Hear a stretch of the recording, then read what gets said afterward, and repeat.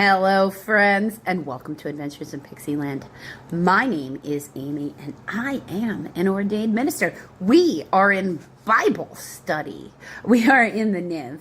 We are in Exodus chapter 2 in this video. We will be in the Niv throughout 2025. We are going to verses 1 through verse 25, which is all of chapter 2. Now, for a backstory, in case you didn't join us for the Genesis or the Exodus 1 video, Jacob, renamed Israel, had 12 sons. They sold Joseph, one of those sons, into slavery in Egypt. He became powerful, but he kind of also set up a system where everybody else in Egypt became slaves. And then eventually Joseph dies. People don't know why the Jewish people are even there. They don't know why they're supposed to honor them. They don't care anymore. There are too many of them. And they start doing what they do with people who are foreigners in their land in this time frame. They start suppressing them. So, right now this part, though, is called the birth of Moses. Okay. Now, a man of the house of Levi married a Levite woman. That's important in their culture, see, because for them, who your partner in and what tribe they are, especially for the tribe of Levi, is about the purification of the soul. Because the Levites have a particular spiritual nature to their partnering. Like, but I'm from the tribe of Levi, so to me, like, you're supposed to do, but for other people, maybe not. And she became pregnant and gave birth to a son.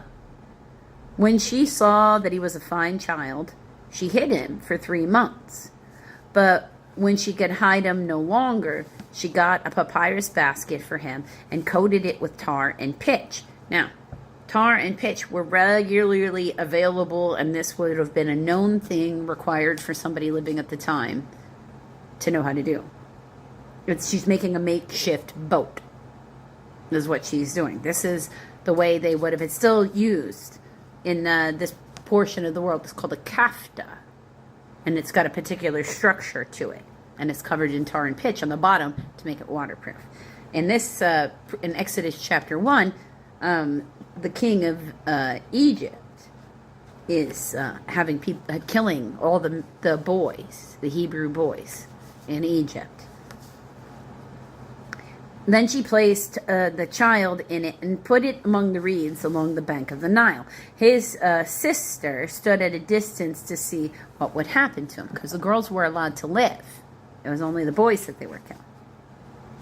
Then Pharaoh's daughter went down to the Nile to bathe, and her attendants were walking along the riverbank. She saw a basket among the reeds, and she sent her slave girl to get it. She opened it and saw the baby. He was crying, and she felt sorry for him. "This is one of the Hebrew babies," she said. Then his sister asked Pharaoh's daughter, "Shall I go and get one of the Hebrew women to nurse the baby for you?" "Yes, go," she said. The girl went and got the baby's mother. Now, that doesn't mean they knew that she got the baby's mother. Pharaoh's daughter said to her, "Take this baby and nurse him for me, and I will pay you." So the woman took the baby and nursed him. When the child grew older, she took him to Pharaoh's daughter, and he became her son. She named him Moses, saying, "I drew him out of the water." Moses sounds like the Hebrew word for draw out. Okay. Moses flees to Midian.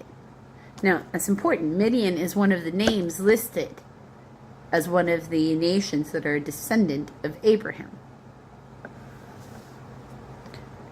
One day, after Moses had grown up, he went out to where his people were and watched them at their hard labor. So that means they knew, like, they raised him knowing that he was a Hebrew and not, calling him an Egyptian. Okay. He saw an Egyptian beating a Hebrew, one of his own people. Glancing this way and that, seeing no one, he killed the Egyptian and hid him in the sand. The next day, he went out and saw two Hebrews fighting. He asked the one in the wrong, "Why are you hitting your fellow Hebrew?" The man said, "Who made you ruler and judge over us? Are you thinking of killing me as you killed the Egyptian?" Then Moses was afraid and thought, what I did must have become known. Like, oh, people know.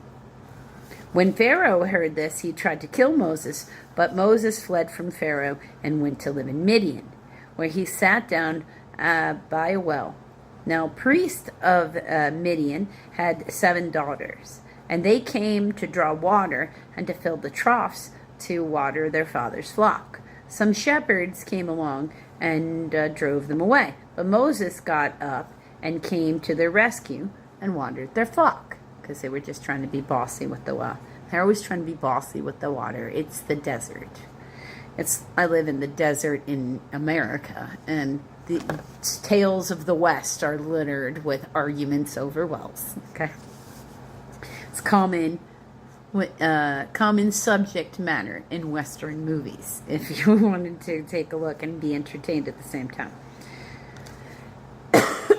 When the girls returned to Reuel, their father, I don't know if I'm pronouncing that right, Reuel, Reuel, that's how I say that, their father, he asked them, "Why have you returned so early?" They answered, "An Egyptian rescued us from the shepherds. He drew water for us and watered the flock." "And where is he?" He asked his daughters. "Why did you leave him? Invite him to have something to eat."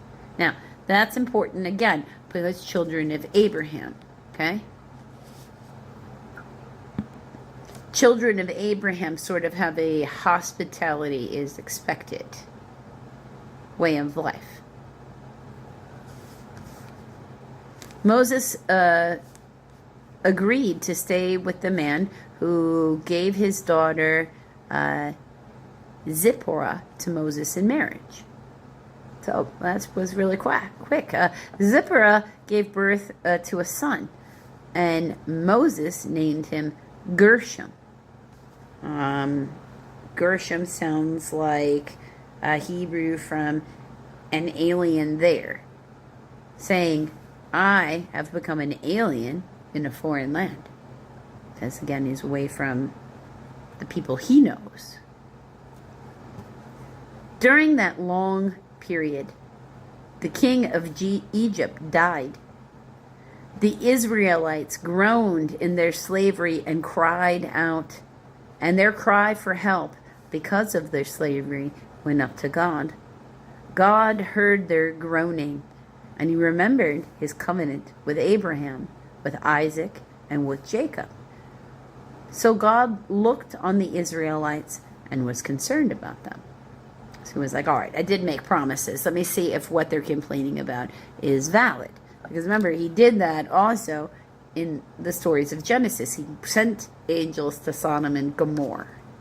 In Revelations, he talks about listening to the opinions of angels about the state of different parts of humanity. So that's important. Because, you know, if your paper's gonna be graded while you're still in a vessel down here, it's best to know who the teachers doing the grading are. Even though Jesus gets ultimate say, you know, best to know the influencers. Best to figure out. Because if they're trying to tell you to knock something off, because they say that also in Revelations. Every church has an angel. Every lampstand has a star. The stars are the angels. Every church has an angel assigned to it. You can find that in all versions of the Bible too. Till next video, friends.